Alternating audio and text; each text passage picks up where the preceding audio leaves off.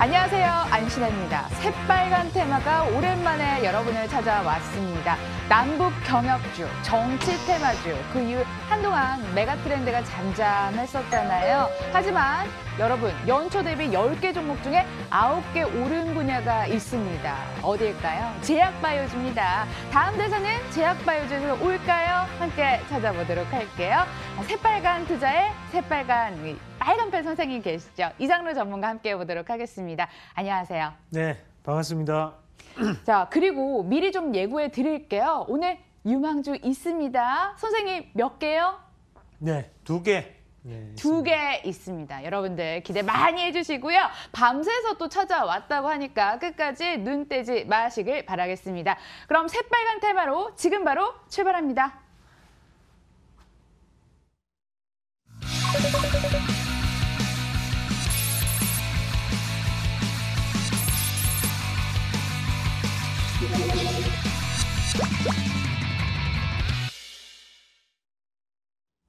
예고해드린 대로 제약바이오주에 대한 진짜 전략 세워보도록 하겠습니다. 팩사백, 또 아파티닉 같은 약물 이름은 정말 어렵기만 하고 임상 과정은 복잡하기만 하고 치료제는 많고 관련주도 많고 정말 어려워서 그냥 제약바이오주 아주 그냥 투자를 포기해버리신 분들 많더라고요. 저 포함해서 오늘 그런 분들 친절하게 도와드리도록 하겠습니다. 선생님 시작해볼까요? 네. 자, 일단 제약바이오 이 섹터가 정말 어렵습니다. 어려워요. 어렵고 우리가 또 뭐랄까 우리 개인 투자자분들을 현혹시키기도 상당히 좋은 섹터군이고 묻지마 투자가 상당히 성행하는 분야이기도 하죠. 그러면서 뭔가가 좋다고 얘기하면 거기에 이제 빠져버리는데 자, 대신에 오늘 제가 요점만 콕콕 집어가지고 한번 말씀을 드리도록 하겠습니다. 완벽하게 분석을 해드리겠습니다. 네. 자, 제약바 이것만은 꼭 알고 가야 된다. 기본적인 부분인데요. 모든 임상 1상, 2상, 3상이 그런 건 아니지만 평균적으로 이런 과정들을 거치게 돼요. 그러면 밑에 보시면 이제 후보 물질이 있고요. 요 전이 이제 우리가 선도 물질이라고 하고 후보 물질에 대해서 취득했다. 특허를 취득했다 이런 얘기 많이 보셨을 거예요. 그거는 아직까지 임상 의약품에 대한 발견을 했다. 그런 뜻이라고 보시면 되겠고 그 다음에 이제 들어오는 것이 이제 기초 연구라는 부분인데 이게 무슨 단계냐면요. 쉽게 전임상 단계입니다. 우리가 전임상 단계에서 뭔가가 이루어지고 기술 수출도 이루어지고 이런 얘기들이 나올 때는 이 기초 연구 과정에서 이루어지고 있다. 그렇게 보시면 되겠고요. 그 다음에 이제 나오는 게 임상 1상, 2상, 3상인데 자, 1상 같은 경우에 약 1년 정도가 걸려요. 거기에 대해서 요즘은 국내 같은 경우 한 90% 이상이 통과가 됩니다. 거기에 건강한 사람이 20명에서 약 80명까지 여기에 환자 모집을 해가지고 진행을 한다고 생각하시면 되겠고요. 2상 같은 경우는 1년에서 2년, 그리고 3상은 3년에서 5년 정도 걸리고 대신에 여기에 대한 기간이 약품마다 조금씩 다를 수는 있어요. 대략 평균적으로 이 정도의 시간이 걸린다는 걸 조금 알아두십시오. 한 8년 정도 걸릴 것 같아요. 임상 연구만도. 네, 그렇죠. 그러니까 요번에 팩사백이 2013년도부터 시작을 해서 임상 3상을 하고 있었거든요. 그래서 우리가 2019년도에 이제 팩사백에 대해서 어느 정도의 결과가 어떻게 도출될 것인지에 대해서 얘기를 하고 있는 거죠. 그 2015년 시작했던 겁니다. 이 과정이 이제 끝나고 나면 거의 식약청에서 허가가 난다고 생각하시면 됩니다. 이때부터 이제 시판이 된다고 보시면 되겠고, 그래서 뒤에는 이제 상업화에 대한 과정이라 보시면 돼요. 그래서 여기에서 가장 중요한 것은 기술 수출이 어느 분야에서 가장 많이 이루어지느냐. 최근에는 전임상 단계라든지 아니면 임상 1상에서 가장 많이 이루어진다는 거 그런 거 꼭 기억을 하시고 계실 초기 필요가 단계에서 있겠습니다. 많이 이루어지나요? 네네, 맞습니다. 초기 단계에서 이미 팔아버리는 거죠. 팔아가지고 리스크 뒤에 2상, 3상이 실패하더라도 상관없이 미리 기술을 라이센스 아웃을 한다. 그렇게 보시면 되겠고, 자, 다음 그림 한번 같이 보도록 하겠습니다. 자, 그러면 임상 시험이 어느 분야에서 많이 이루어지는가? 자, 우리가 엄청 많아요, 사실. 그리고 우리 시청자분들 글씨가 잘 안 보이실 것 같은데 요 맨 왼쪽에 있는 게 항암이에요, 항암.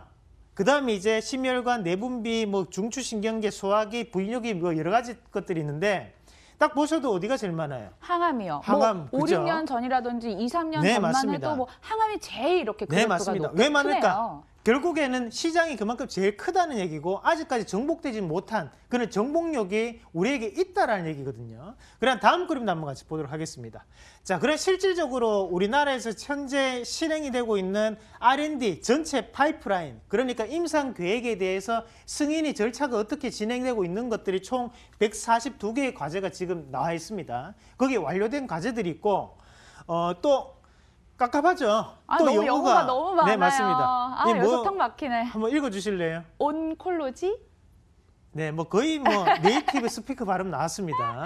자, 네. 요게 한국어로 제가 풀이해서 시청자분들 물론 모르시는 분들 많으실 거예요. 그래서 제가 쉽게 한글로 다 붙여드리겠습니다. 요게 종양학, 그러니까 항암 관련된 것이 지금 현재 21개에 대한 과제가 진행되고 있다. 그렇게 보시면 되겠고요. 다음 그림도 한번 같이 보도록 하겠습니다. 자, 그러면 그런 과제들 자체가 진행되고 있는 것이 이만큼 있어요, 현재. 이렇게 대학교 이름도 보이고 네네, 뭐 연구원도 맞습니다. 보이고 다양하네요. 자, 이 그림이 46개. 사실 엄청 중요한 그림이거든요. 왜냐하면 지금 현재 신약 개발을 하고 있는 나라에서 지원해주는 업체는 여기 다 들어가 있는 거예요. 그러니까 지금 우리나라에서 9년 동안 1조 600억 원을 투입을 해서 이런 신약에 대한 개발 과정들을 다 지원을 해주고 있습니다. 자, 다음 그림도 한번 같이 볼게요. 자, 그러면 요거는 뭐냐?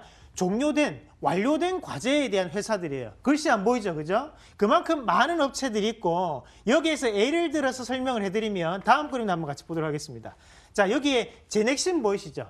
제넥신 얼마 전에 임상 이상에 대해서 성장 호르몬 치료제 얘기 나왔죠? 그러니까 이게 완료가 됐습니다. 마찬가지로 유한양행, 한독 보이시고요. SK바이오팜도 기술 수출에 대한 얘기가 나오고 있는 상황이죠. 그러니까 이런 분야 자체가 뭐냐면 결국에는 완료가 돼줘야지만 기술 수출이 가능하거나 또는 임상 다음 단계로 넘어갈 수 있는 부분이 나타날 수 있다는 거예요. 그래서 완료된 과제에 대한 종목군들, 이런 종목군들 여러분들이 다시 한 번 더 찾아보시면서 꼭 공부하시길 바라겠고요. 앞에서도 말씀드렸지만 여기에서 안 들어와 있는 종목군들, 그러니까 그런 기업들은 조금은 뭐랄까요?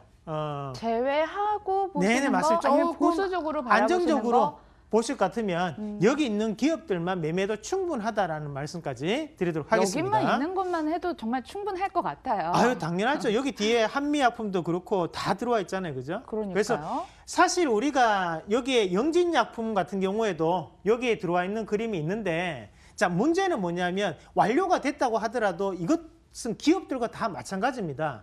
이 약품을 누가 사주느냐가 또 중요한 거거든요. 그래서 그런 그러니까 매수자가 있어줘야 된다는 것도 기억을 하신다면 분명히 완료된 부분이 정말 중요하겠다라는 생각을 다시 한 번 더 하실 수 있겠고요. 다음 그림도 한번 같이 보도록 하겠습니다. 자, 그러면 우리가 앞에서 봤던 그 항암에 대해서 오늘 집중적으로 한번 파헤쳐 볼 건데, 오늘 준비한 종목도 항암주입니다. 왜 항암주를 봐야 되느냐? 네. 자, 결국에는 가장 시장이 컸고 그런 가장 대표적인 신약이 이루어지고 있는 상황이라는 거죠. 그럼 그 분야 안에서 우리가 판단해 보시면 첫 번째는 이제 화학 항암제, 그 두 번째 표적, 그 세 번째는 면역 항암제 이런 식으로 나타나고 있고 시간 관계상 이제 대사 항암제는 생략을 하도록 하겠습니다. 자, 그럼 화학 항암제는 말 그대로 암세포가 있어요. 네. 그럼 그 암세포를 공격을 합니다. 이 치료제가 공격을 네, 하는 거죠. 맞습니다. 그러면 암세포 옆에는 정상적인 세포들도 있을 거 아니에요. 근데 공부 잘하는 애들까지 다 썩게 만들어 버려요. 그래서 우리가 부작용이 크다고 얘기하는 거예요. 왜 막 머리도 빠지시고 네, 구토도 맞습니다. 하시고 뭐 네네, 그런 그렇죠. 부작용 발생하잖아요. 자, 그래서 이제 나왔던 게 2세대 표적 항암제. 표적 딱 찍어준단 말이죠. 타겟이 있다. 네, 뭐 이런 맞습니다. 거죠. 그러면 암에 대해서 세포가 있으면 거기에 원인적인 부분에 물질이 있을 거예요. 그 물질을 뽑아내서 그 물질만 이제 공격을 하는 거예요. 자, 대신에 이거는 또 뭐 어떤 문제가 발생하냐면 암세포는 사멸될 수 있는데 여러 번 주사를 주입하다 보면 몸에 내성이 생겨요.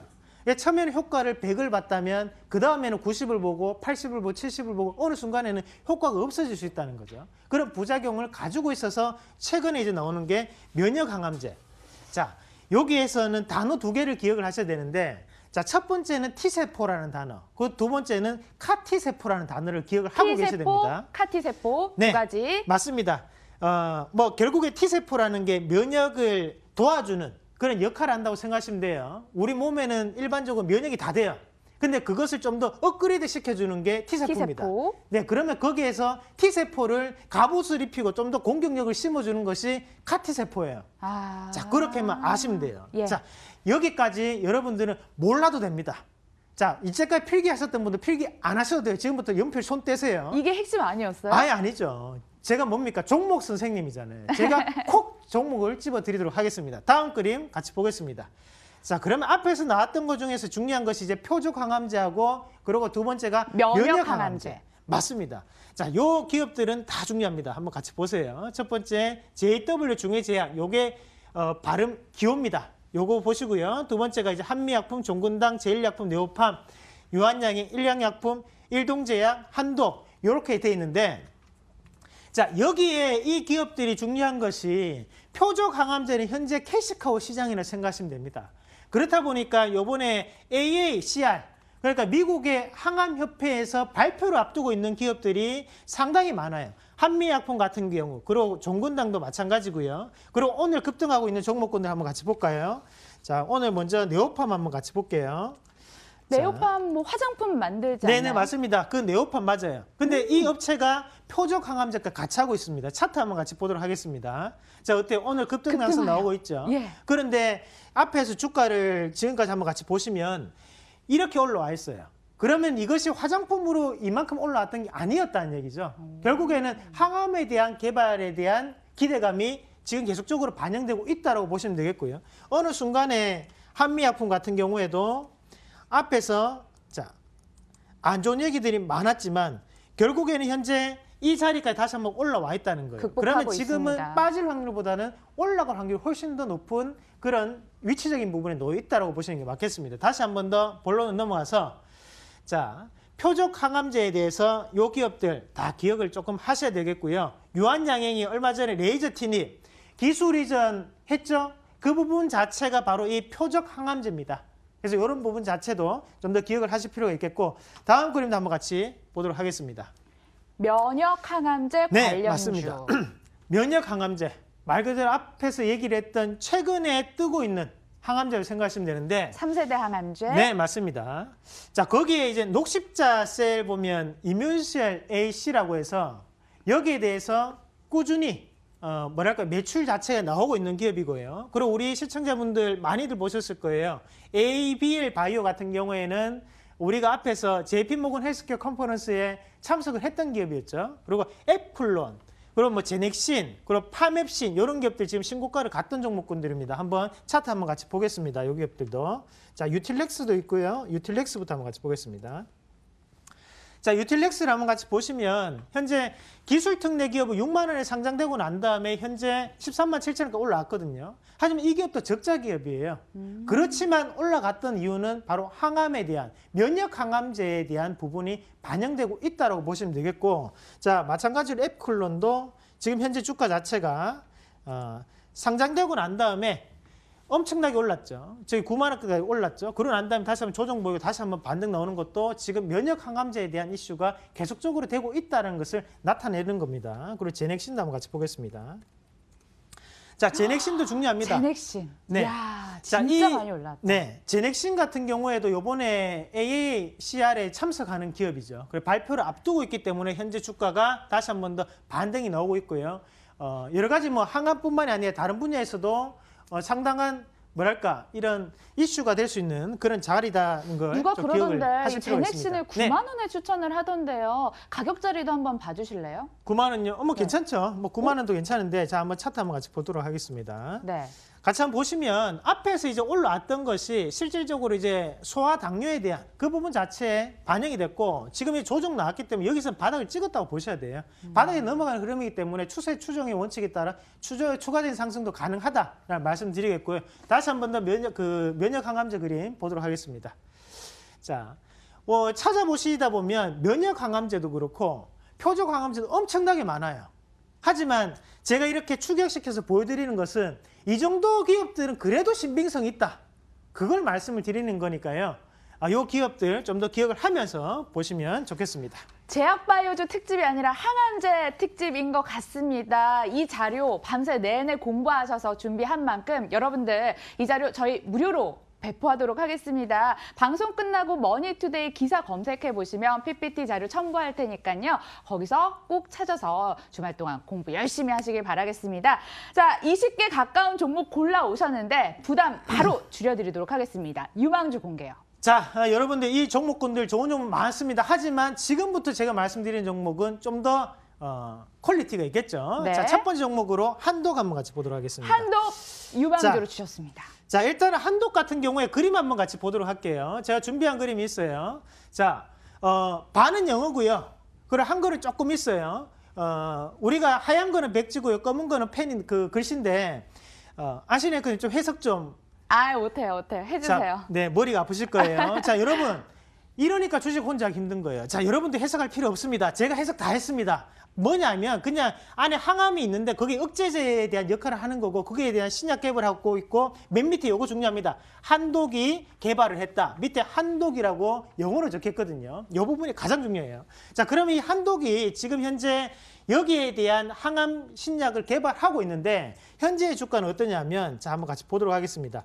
앞에서 우리가 차트적으로 여기에서 바로 JP모건 헬스케어 컨퍼런스 때문에 주가가 한번 올랐다가 지금 빠져버렸죠. 그러고 난 다음에 지금 다시 한 번 더 올라오고 있는 자리거든요.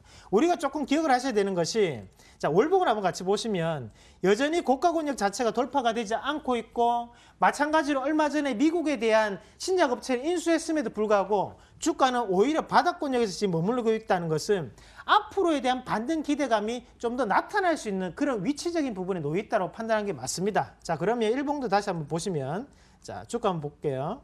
오늘 바닥 찍고 난 다음에 다시 한번 올라오고 있는데 앞서서 어제 억제가 있었거든요. 바로 자사주를 처분했다는 뉴스인데 14만 주예요. 크게 주가에 영향을 미칠 수 없고요. 거기에 따라서 우리가 이 종목군 한번 자세하게 살펴보시길 바라겠습니다. 다음 종목 바로 네. 좀 공개를 할게요. 자, 일단 매수가는 제가 네. 3,500원, 3,800원, 그리고 손절가는 하단에 28,700원 제시해 드리도록 하겠고요. 다음 그림으로 일동제약 한번 같이 보도록 하겠습니다. 일동제약 유망주로 네. 주셨습니다. 자, 일동제약도 마찬가지로 제가 그림을 좀 준비했는데 그림을 잠깐 보고 있습니다. 이거는 100% 다 영어예요. 밑에 일동제약이 했는 거고요. 여기에 대해서 지금 임상 1상 진행되고 있다는 거 기억하시고 마찬가지로 지금 일동제약 차트 한번 같이 보도록 하겠습니다. 자, 현재 자리에서 주가가 바닥 찍고 난 다음에 돌아서는 과정들이거든요. 그래서 매수가는 21,000원에서 21,400원, 그리고 손절가는 하단에 21,300원 제시해 드리도록 하겠습니다. 아, 결국 고르고 골라 압축된 유망주는 한독과 일동제약이었습니다. 저희 여기까지 오늘 해야 될 것 같습니다. 아쉽지만요. 끝까지 시청해주신 여러분 고맙습니다.